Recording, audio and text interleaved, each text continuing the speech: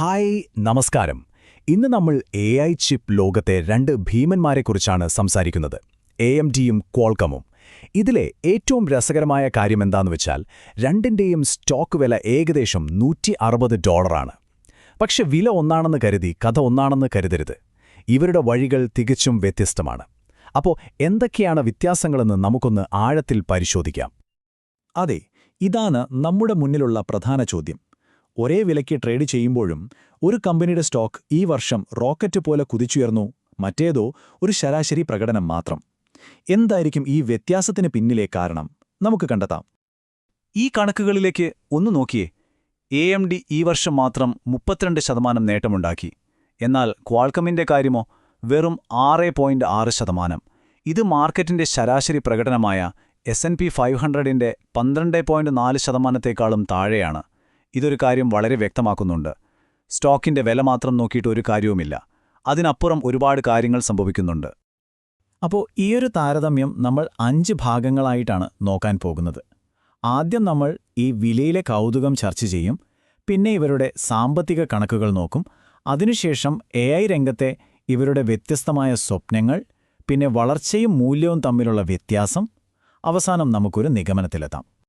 Okay, അപ്പോൾ നമുക്ക് നേരെ ഇവരുടെ കണക്ക് പുസ്തകങ്ങളിലേക്ക് കടക്കാം. കാരണം ഏതൊരു കമ്പനിയുടെയും കഥ തുടങ്ങുന്നത് എപ്പോഴും അക്കങ്ങളിൽ നിന്നാണല്ലോ, അല്ലേ? ഈ ടേബിളിലേക്ക് ഒറ്റ നോട്ടം നോക്കുമ്പോഴേ നമുക്ക് ആ വ്യത്യാസം മനസ്സിലാകും. വരുമാനത്തിന്റെ കാര്യത്തിലും ലാഭത്തിന്റെ കാര്യത്തിലുമൊക്കെ ഇപ്പോൾ ക്വാൾകോമാണ് വളരെ മുന്നിൽ. പക്ഷേ ആ ഫോർവേഡ് PE റേഷ്യോ നോക്കുമ്പോൾ കഥ നേരെ തിരിയുന്നു. അവിടെ AMD ആണ് താരം. ഈ ഫോർവേഡ് PE എന്ന് പറഞ്ഞാൽ സിമ്പിളായിട്ട് ഭാവിയിൽ ഈ കമ്പനി എത്രത്തോളം വളരുമെന്നാണ് നിക്ഷേപകർ പ്രതീക്ഷിക്കുന്നത് എന്നതിന്റെ ഒരു സൂചനയാണ്. ഈ രണ്ട് കമ്പനികളെയും മനസ്സിലാക്കാൻ ഇതിലും നല്ലൊരു ഉപമയില്ല. AMD ഒരു 100 മീറ്റർ സ്പ്രിന്ററെ പോലെയാണ്. ലക്ഷ്യം അതിവേഗത്തിലുള്ള വളർച്ചയാണ്. എന്നാൽ ക്വാൾകോം ഒരു മാരത്തൺ ഓട്ടക്കാരനാണ്. പതുക്കെയാണെങ്കിലും സ്ഥിരതയോടെ ദീർഘകാലത്തേക്ക് നിക്ഷേപകർക്ക് മൂല്യം നൽകുന്നതിൽ ശ്രദ്ധ കേന്ദ്രീകരിക്കുന്നു. ഇനി ഈ നമ്പർ നോക്കൂ, 95x. എന്താണിത്? ഇതാണ് AMDയുടെ കഴിഞ്ഞ 12 മാസത്തെ പ്രൈസ് ടു ഏർണിംഗ്സ് റേഷ്യോ. ഇതൊരു ഭയങ്കര വലിയ സംഖ്യയാണ്. ലളിതമായി പറഞ്ഞാൽ AMDയുടെ ₹1 ലാഭത്തിനു വേണ്ടി നിക്ഷേപകർ $95 വരെ കൊടുക്കാൻ തയ്യാറാണ്. എന്തുകൊണ്ടാണ് ആളുകൾ ഇത്രയും വലിയൊരു വില നൽകാൻ തയ്യാറാകുന്നത്? ഉത്തരം സിമ്പിളാണ്. നിക്ഷേപകർ AMDയുടെ ഇന്നത്തെ ലാഭത്തിലേക്കല്ല നോക്കുന്നത്, നാളെ AI ഡാറ്റാ സെന്റർ വിപണിയിൽ നിന്ന് അവർ കൊയ്യാൻ പോകുന്ന കോടികളിലേക്കാണ്. അതൊരു വലിയ പന്തയം തന്നെയാണ്. ഇനി നമുക്ക് ക്വാൾകോമിലേക്ക് വരാം. അവരുടെ ഇപ്പോഴത്തെ നെറ്റ് പ്രോഫിറ്റ് മാർജിൻ നോക്കൂ, 26.8%. ഇതൊരു ഗംഭീര നമ്പറാണ്. അതായത് അവരുണ്ടാക്കുന്ന ഓരോ $100 വരുമാനത്തിലും ഏകദേശം $27 അസൽ ലാഭമാണ്. ക്വാൾകോം ഒരു പണമുണ്ടാക്കുന്ന മെഷീനാണെന്ന് തന്നെ പറയാം, സംശയമില്ല. പക്ഷേ ആ മെഷീന്റെ സ്പീഡ് ഒരുപക്ഷെ AMDയെ പോലെ അത്ര സ്ഫോടനാത്മകമായിരിക്കില്ല. ഇവിടെയാണ് നിലവിലെ പ്രകടനവും ഭാവിയിലെ സാധ്യതകളും തമ്മിലുള്ള പ്രധാന വ്യത്യാസം വരുന്നത്. അപ്പോൾ സാമ്പത്തികം നമ്മൾ നോക്കി. ഇനി നമുക്ക് ഇവരുടെ സ്ട്രാറ്റജിയിലേക്ക് കടക്കാം. AI എന്ന ഒരേ ലക്ഷ്യത്തിലേക്ക് ഇവർ തെരഞ്ഞെടുത്തിരിക്കുന്ന വഴികൾ എത്ര വ്യത്യസ്തമാണെന്ന് കാണാം. ഇത് കാര്യങ്ങൾ വളരെ ലളിതമായി പറയുന്നുണ്ട്. AMDയുടെ കളി നടക്കുന്നത് വലിയ ഡേറ്റാ സെന്ററുകളിലാണ്, അതായത് ഇന്റർനെറ്റിന്റെയും AIയുടെയും തലച്ചോറിൽ. എന്നാൽ ക്വാൾകം എവിടെയാണ് ശ്രദ്ധിക്കുന്നത്? നമ്മുടെ കൈകളിലിരിക്കുന്ന ഫോണിലും ലാപ്ടോപ്പിലുമൊക്കെ, അതായത് നമ്മൾ ദിവസവും ഉപയോഗിക്കുന്ന ഉപകരണങ്ങളിൽ. AMD കളിക്കുന്നത് ചില്ലറക്കാരോടൊപ്പമല്ല. Meta, Microsoft, OpenAI, Tesla, list കണ്ടില്ലേ? ഈ ടെക് ഭീമന്മാരുടെയെല്ലാം ഡേറ്റാ സെന്ററുകൾക്ക് ശക്തി നൽകുകയാണ് ലക്ഷ്യം. ഡേറ്റാ സെന്റർ ചിപ്പ് വിപണിയിലെ രാജാവായ NVIDIയയ്ക്ക് നേർക്കുനേരെയുള്ള ഒരു വെല്ലുവിളിയാണിത്. അതേസമയം ക്വാൾകമിന്റെ ലോകം നമുക്കെല്ലാവർക്കും കൂടുതൽ പരിചിതമാണ്. പുതിയ ലാപ്ടോപ്പുകൾ, കാറുകൾ, പിന്നെ നമ്മുടെ എല്ലാം പോക്കലിരിക്കുന്ന സ്മാർട്ട് ഫോണുകൾ. അവിടെയൊക്കെ AI എത്തിക്കുന്നത് ക്വാൾകമിന്റെ സ്നാപ്ഡ്രാഗൺ ചിപ്പുകളാണ്. ഇതൊരു വ്യത്യസ്തമായ പക്ഷേ അതിവിശാലമായൊരു വിപണിയാണ്. അപ്പോൾ നമ്മൾ 2 വ്യത്യസ്തമായ സ്ട്രാറ്റജികൾ കണ്ടു. ഇനി ഒരു നിക്ഷേപകൻ എന്ന നിലയിൽ നമ്മൾ ചിന്തിക്കേണ്ട ഏറ്റവും പ്രധാനപ്പെട്ട ചോദ്യത്തിലേക്ക് വരാം. ഇതിൽ ഏതാണ് നിങ്ങൾക്ക് കൂടുതൽ യോജിച്ചത്?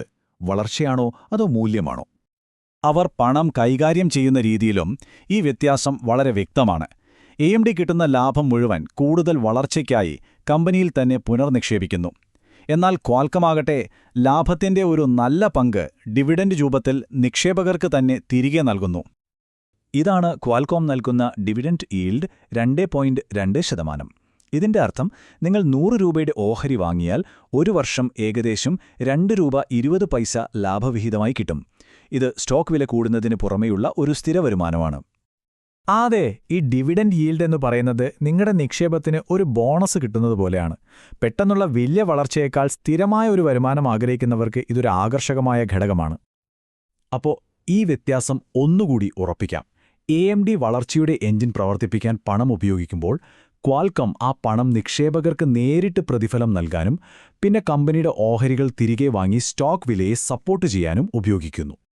ശരി, നമ്മളിപ്പോൾ ഒരുപാട് കാര്യങ്ങൾ ചർച്ച ചെയ്തു. ഇവരുടെ കണക്കുകൾ, സ്ട്രാറ്റജികൾ, പണം ഉപയോഗിക്കുന്ന രീതി എല്ലാം നോക്കി. അപ്പോൾ ആരാണ് ഈ AI യുദ്ധത്തിൽ ജയിക്കാൻ പോകുന്നത്?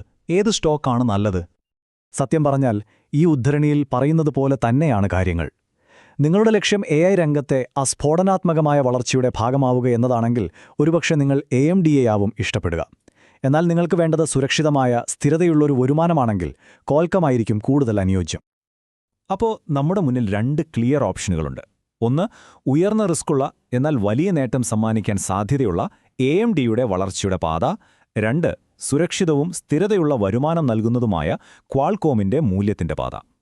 ഇതിൽ ഏത് തിരഞ്ഞെടുക്കണമെന്നത് പൂർണ്ണമായും ഓരോ നിക്ഷേപകന്റെയും ലക്ഷ്യങ്ങളെയും റിസ്ക് എടുക്കാനുള്ള കഴിവിനെയും ആശ്രയിച്ചിരിക്കും. ഈ ഒരു ചോദ്യത്തോടെ നമ്മൾ ഈ വിശകലനം അവസാനിപ്പിക്കുകയാണ്. AI ലോകത്തെ ഈ വലിയ ഓട്ടത്തിൽ അതിവേഗം കുതിക്കുന്ന സ്പ്രിന്ററാണോ അവസാനം വിജയിക്കുക, അതോ ക്ഷമയോടെ ദൂരം താണ്ടുന്ന മാരത്തൺ ഓട്ടക്കാരനാണോ വിജയക്കൊടി പാറിക്കുക? നിങ്ങളുടെ അഭിപ്രായങ്ങൾ എന്തായാലും താഴെ അറിയിക്കുക. ഈ വിശകലനം നിങ്ങൾക്ക് ഉപകാരപ്പെട്ടു എന്ന് കരുതുന്നു. അടുത്തൊരു വിഷയമായി വീണ്ടും കാണാം. നന്ദി.